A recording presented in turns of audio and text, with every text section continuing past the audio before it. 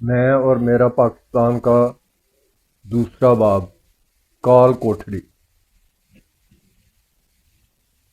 عمران خان صاحب لکھتے ہیں، تاثرات سے آری، بالکل سپاٹ سے چہرے، تقریباً 20، انہوں نے مجھے گھیر لیا اور دھکے دینے لگے۔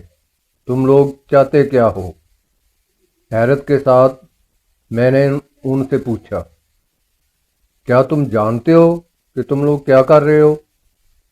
ان میں سے بعض کے ہاتھوں میں پستول تھے۔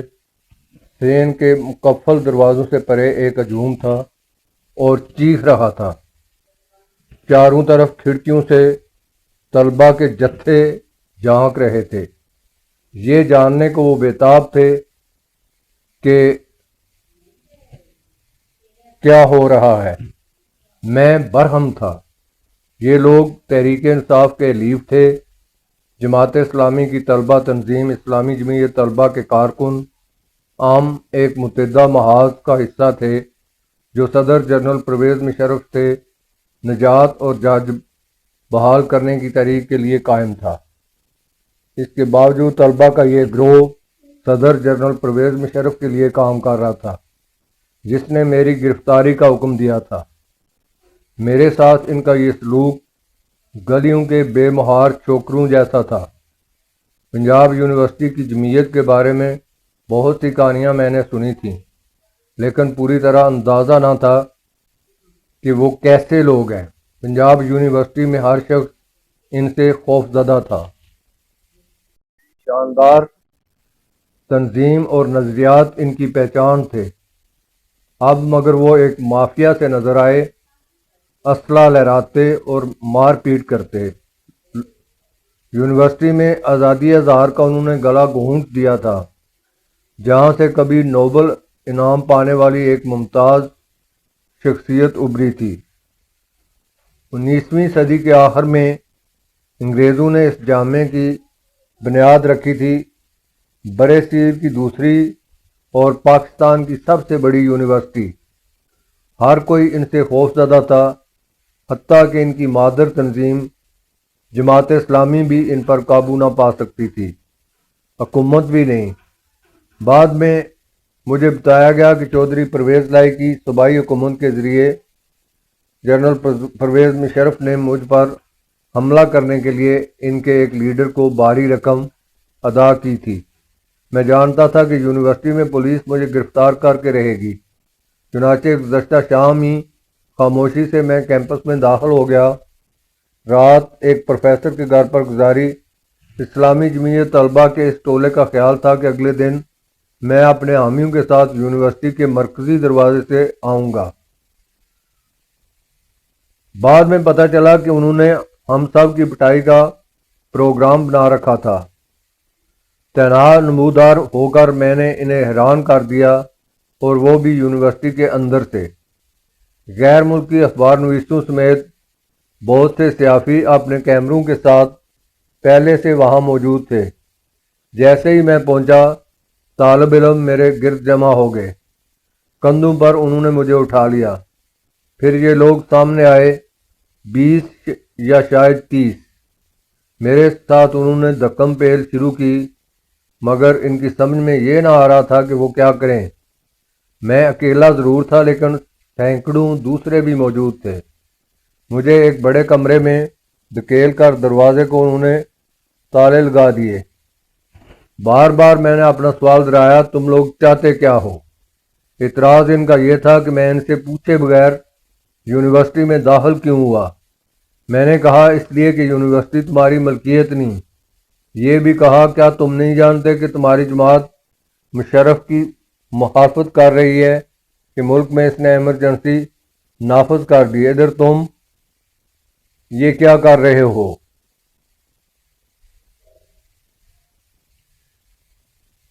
اور اس کی مدد پر تلے ہوئے ہو۔ تمہیں اندازہ ہے کہ تمہاری اس حرکت کا نتیجہ کیا ہوگا؟ میں نے ان سے پوچھا۔ میرا سوال ہوا میں تحلیل ہو گیا، کسی نے کوئی جواب نہ دیا۔ تھوڑے فاصلے پر ان کا لیڈر موبائل فون پر کسی سے بات کر رہا تھا۔ کنکھیوں سے وہ میری طرف دیکھ رہا تھا، ظاہر ہے کہ میرے بارے میں ہی گفتگو کر رہا ہوگا۔ وہ الجھن کا شکار تھا کہ کیا کرے۔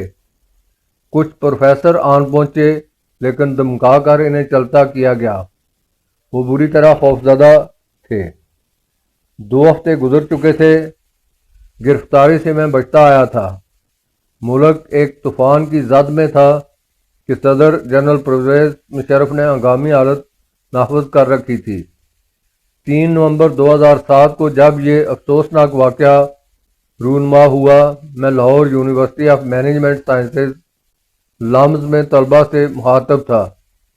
کسی نے کاغذ کا ایک پرزہ مجھے دیا کہ مجھ سمیت تمام سیاسی لیڈروں کو گھروں میں نظر بند کرنے کا حکم صادر ہوا ہے۔ گزشتہ سال بھی میرے ساتھ یہی ہوا تھا۔ صدر بش جب پاکستان کے دورے پر آئے تھے، امریکی صدر کے خلاف میں راولپنڈی میں احتجاج کرنا چاہتا تھا، جو پاکستان کے فوجی حکمران کی حمایت کرنے تشریف لائے تھے۔ عراق پر اس بہانے کے ساتھ امریکیوں نے حملہ کیا تھا کہ اس سرزمین کو جمہوریت کا تحفہ عطا کرنے کے آرزومند ہے۔ نظر بندی کی اطلاع سے میں پریشان نہ تھا۔ گھر میں بند رہ کر بھی سیاسی کام کیا جا سکتا تھا۔ تقریر کے بعد ضروری مشوروں کے لیے میں دوستوں اور ساتھیوں سے ملا، کئی اجلاس کیے اور نصف شب کے بعد زمان پارک میں واقع اپنے آبائی گھر پہنچ گیا، جہاں میرے والد اور بہنیں رہائش پذیر تھیں۔ اچانک مجھے احساس ہوا کہ معاملہ خراب ہے جب پولیس گھر میں گھس آئی۔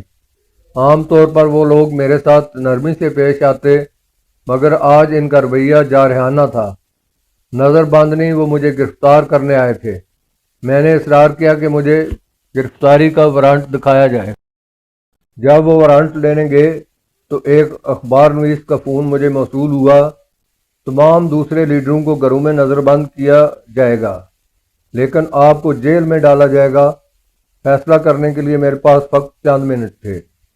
اپنے بھانجے سے میں نے کہا، باہر سین میں جا کر دیکھو، کیا بھاگ نکلنے کا کوئی راستہ موجود ہے؟ اس نے بتایا کہ مکان کو چاروں طرف سے گھیر لیا گیا ہے، لیکن باغ کے ساتھ 10 فٹ کا ایک حصہ ان کے اثار میں نہیں۔ میں پچھلے سین میں گیا اور دیوار کی طرف لپکا۔ بھانجے کی مدد سے دیوار پھلانگی اور پڑوسیوں کے باغ میں اتر گیا۔ میرا بچپن زمان پارک میں گزرا تھا۔ میرے کئی رشتہ دار اب بھی وہیں رہائش رکھتے ہیں۔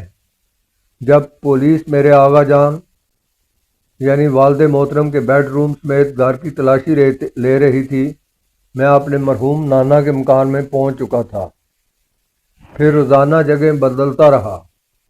ہر روز میں کسی اخبار نویس کو انٹرویو دیتا تھا تاکہ میرا پیغام لوگوں، خاص طور پر پارٹی کارکنوں تک پہنچتا رہے۔ وہاں سے پھر میں آگے چل دیتا۔ مجھے گرفتار کرنے کی کوششیں جاری تھیں، چنانچہ مخبر سرگرم۔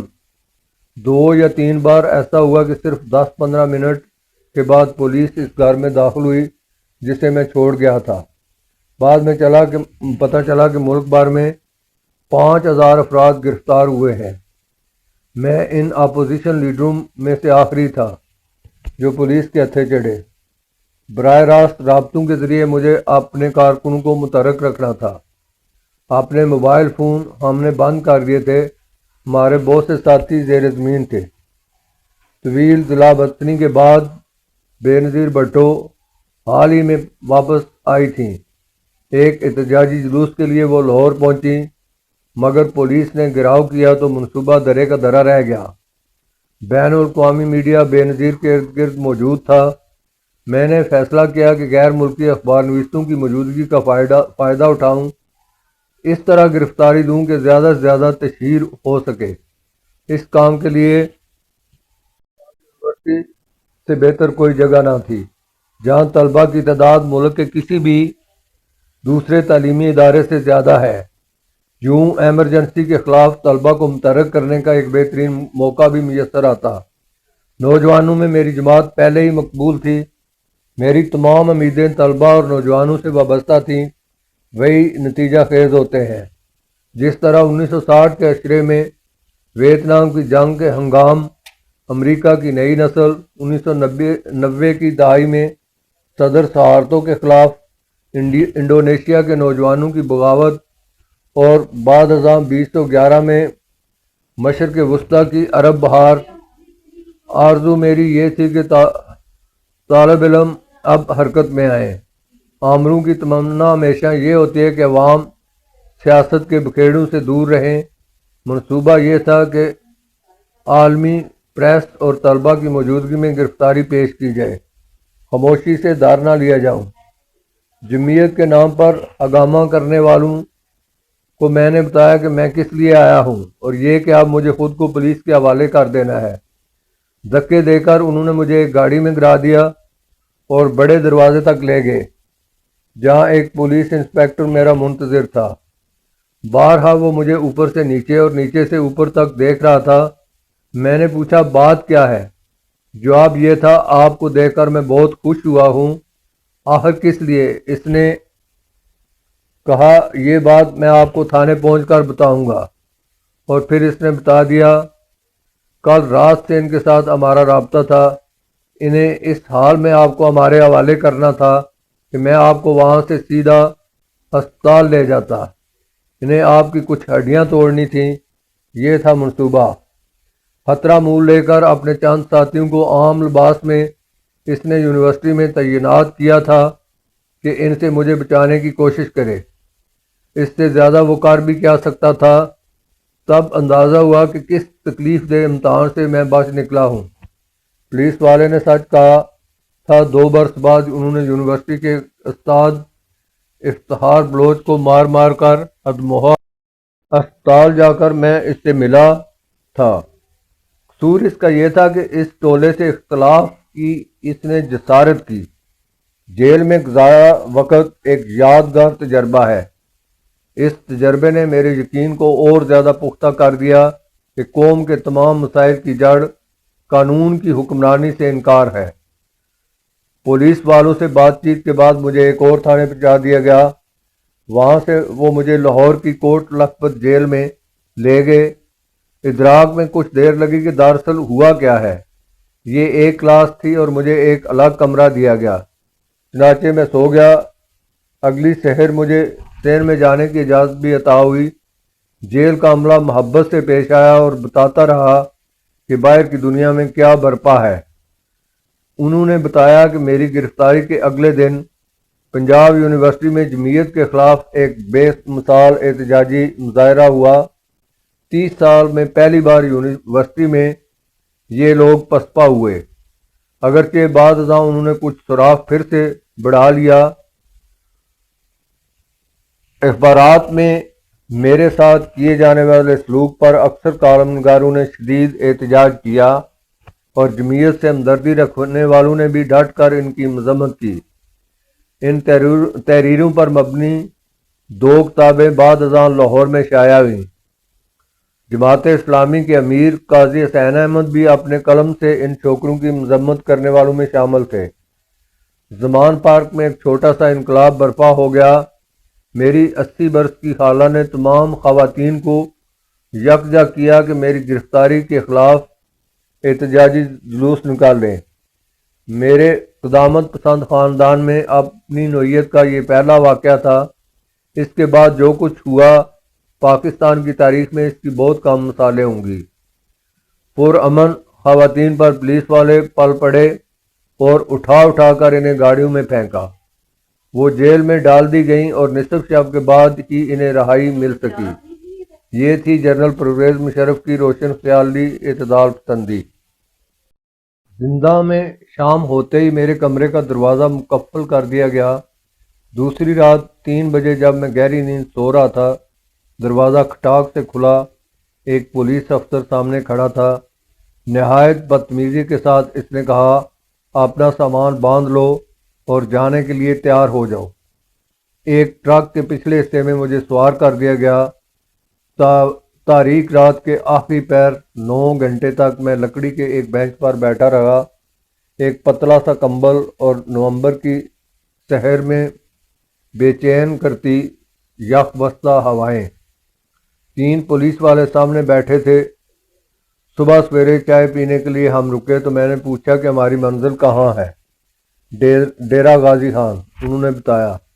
اس طرح کی دور دراز جیلوں میں ان قیدیوں کو رکھا جاتا ہے جن کی توہین اور ہمت شکنی مقصود ہو۔ خیال گزرا کہ شاید جاوید ہاشمی اور خواجہ سعد رفیق کی طرح مجھے بھی جسمانی اذیت سے دوچار کریں۔ سب سے بڑھ کر یہ کمینہ پن تھا جو مجھے اذیت دے رہا تھا۔ جب دوسرے لیڈر گھروں میں نظر بند تھے تو میرے لیے دور دراز کی ایک کال کوٹری کیوں؟ 30 سال سے میں قوم کے سامنے تھا اور سب جانتے تھے کہ میں کبھی کسی جرم کا مرتکب نہ ہوا، لیکن انہوں نے مجھے دہشت گردی کے جرم میں گرفتار کیا۔ سزا عمر قید یا موت۔ یہ توہین سے دوچار کرنے کی ایک شعوری کوشش تھی۔ کوٹ لکھپت والے تو ہمدرد اور مشفق تھے۔ ظاہر ہے کہ احکام اوپر سے آئے تھے۔ میں نے فقط 8 دن ہی زندہ میں گزارے، لیکن وہ جو برسوں سے ان دیواروں کے پیچھے پڑے تھے، ان کے مقابل تو میں آزاد تھا، ایک شہزادے کی طرح آزاد۔ جیل گندی اور تنگ تھی۔ ایک کمرے میں 10 سے 15 قیدی ٹھسے ہوئے۔ میرا کمرہ اسپتال میں تھا، چھوٹا سا بستر اور گندا غسل خانہ، لیکن میرا کمرہ بہرحال الگ تھا۔ دن کے وقت مجھے سین میں جانے کی اجازت دے دی جاتی، اگرچہ غروب آفتاب کے ساتھ ہی سلاخوں کے پیچھے نظر بند کر دیا جاتا۔ بہت کم کھانا میں کھاتا، اس لیے کہ ورزش نہ کر سکتا تھا اور خوراک بہت ہی خراب تھی۔ عمر بھر ورزش کی عادت رہی، جسم حرکت کی آرزو کرتا ہے۔ سب سے زیادہ تکلیف دہ وہ بات یہ کہ وقت کاٹے نہ کٹتا تھا۔ مجھے لگا کہ بوریت مجھے مار ڈالے گی۔ سحر جب وہ مجھے جگانے آتے اور میں دوسرے کمروں سے قیدیوں کے نکلنے کی آوازیں سنتا، بستر سے اٹھنے میں زیادہ سے زیادہ تاخیر کرتا کہ دن مختصر ہو۔ محسوس یہ ہوتا کہ بہت دیر بستر میں گزر گئی، لیکن گھڑی پر نگاہ ڈالتا تو ابھی 8 ہی بجے ہوتے۔ پھر میں باہر نکلتا اور سین میں بیٹھا رہتا۔ شام ڈال رہی ہوتی جب وہ میرے لیے ایک اخبار لے کر آتے۔ جب میں یہ گمان کر رہا ہوتا کہ بہت سا وقت گزر چکا ہوگا تو گھڑی یہ بتاتی کہ صرف 2 گھنٹے ہی بیتے ہیں۔ وقت کی بساط پر سوئیوں کی رفتار ایسی مدم تو کبھی نہ تھی۔ 4 دیواری کا نہیں، میں کھلی ہواؤں کا آدمی ہوں۔ جب میں کم سن تھا تب بھی گرمیوں کی مہربان دوپہر میں میری والدہ کو مجھے گھر میں بند رکھنا مشکل ہوتا۔ 2005 سے میں اسلام آباد کے باہر ایک پہاڑی پر بنے فارم ہاؤس میں رہتا ہوں۔ اسے میں اپنی جنت کہتا ہوں۔ چاروں طرف پہاڑ، بے پناہ سبزہ، سامنے راول جھیل اور دور کو ہمالیہ کی بلند چوٹیاں۔ اپنے گھر میں سبزیاں اور پھل میں خود اگاتا ہوں۔ مرغیاں، گائے اور بھینس پال رکھی ہیں۔ جانوروں اور جنگلی پرندوں کے درمیان میں حیات کرتا ہوں۔ تیتر، طوطے، گیدڑ اور مور، پاختائیں اور طرح طرح کی چڑیاں۔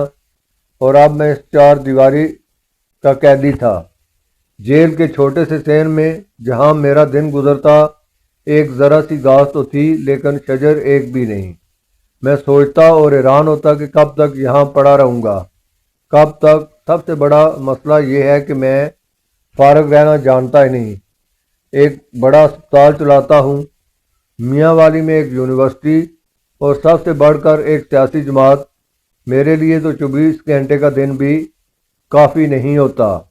اب ایک لامتناہی فراغت تھی، کوئی ویرانی تھی زندہ میں، مگر میں ایک نئے تجربے سے گزرا۔ قیدیوں کی کہانیاں۔ میں نے پختونخوا سے تعلق رکھنے والے ایک قیدی کو میرا کمرہ صاف کرنے کے لیے بھیجا گیا۔ پتہ چلا کہ 6 برس سے جیل میں پڑا ہے۔ 16 برس کا کم سن تھا جب گرفتار ہوا اور اب 22 کا ہو چکا۔ وہ ایک خاندانی جھگڑے میں ملوث تھا جب اس نے بندوق لہرائی تھی۔ بس یہی کچھ۔ مقدمہ اگر چلا ہوتا تو اسے سال بھر کی سزا دی جاتی۔ خاندان غریب تھا اور وکیل کی فیس چکا نہ سکتا تھا۔ سماعت کی تاریخ آتی اور گزر جاتی، اسے عدالت نہ لے جایا جاتا۔ ڈپٹی انسپکٹر جنرل سلیم اللہ خان کے مطابق جو مجھے ملنے آئے، یہ کوئی استثنائی مقدمہ نہ تھا۔ انہوں نے کہا پاکستانی جیلوں میں پڑے 60% قیدی بے قصور ہیں، ان کا اصل جرم ان کی غربت ہے۔ بعد ازاں اخبارات میں نے مقدمات کا مطالعہ شروع کیا۔ کراچی میں ایک قیدی کو 9 سال بعد رہا کیا گیا جب وہ 29 برس کا ہو چکا تھا۔ گرفتار ہوا تو گھر میں اس کی بیوی تھی اور 1 سالہ بچہ۔ اس اثناء میں ان پر کیا گزری ہوگی۔ سندھ کی ایک جیل میں 3 اسیروں کو 22 برس بعد معصوم قرار دے کر رہا کیا گیا۔ لاہور کی کوٹ لکھپت جیل میں 15 سال ایک قیدی اس لیے پڑا رہا کہ اس کی فائل گم ہو گئی تھی۔ جیل کی زندگی کا یہ پہلو سب سے بڑھ کر میرے ذہن پہ سوار ہوا۔ بیچارے خوفزدہ بے یار و مددگار لوگ، ان میں سے بعض کے خلاف دائر مقدمے بالکل جھوٹے اور جعلی تھے۔ ملاقات کے لیے آنے والے رشتہ داروں سے جیل کے حکام رشوت وصول کرتے، جس کی جیب خالی ہو اس سے وہ سلوک کیا جاتا جو میرا کمرہ صاف کرنے والے قیدی سے۔ عدالت میں پیش ہی نہ کیا جاتا۔ ملک کے سب سے بڑے چور پارلیمنٹ میں براجمان تھے، ایسے بھی کہ ان پر حفاظت کرنے والی پولیس مقرر تھی۔ سرکاری خرچے پر گاڑیوں میں سوار جیل کی یہ سواقی میرے قلب و دماغ میں جم گئی۔ ناانصافی اور ظلم، ناگفتہ بے حالت اور ہر غریب انصاف سے محروم۔ چھٹے دن میں نے بھوک ہڑتال کا فیصلہ کیا کہ مشرف حکومت پر دباؤ ڈالا جا سکے۔ میرا احساس یہ ہے کہ میں نے غلطی کی۔ اگر دوبارہ وہی امتحان درپیش ہوا تو ہرگز میں ایسا نہ کروں گا۔ کم سے کم پانی تو پیتا رہوں گا۔ روزے رکھنے کا میں عادی ہوں اور یہ کیسی شاندار عبادت ہے۔ یہی نہیں، صوم کی حالت میں ڈٹ کر ورزش بھی کرتا ہوں، لیکن مغربی افق پر سورج پھر ڈال جاتا اور آپ کھانے کے ساتھ انصاف کرتے ہیں۔ میں نے ادراک نہ کیا کہ پانی ترک کر کے کس تیزی سے آدمی کمزور ہوتا ہے۔ 2 ہی دن میں کمزوری اتنی ہو گئی کہ میں چل نہ سکتا تھا۔ بھوک ہڑتال کا اعلان کرنے کے بعد واپسی کا اب کوئی راستہ نہ تھا۔ شام کے 8 بجے تھے جب جیلر نمودار ہوا اور کہا آپ آزاد ہیں۔ آئینی سلاخوں والے محیط دروازے سے میں باہر نکل آیا، قومی تاریخ کے سب سے بڑے طوفان میں داخل ہونے کے لیے۔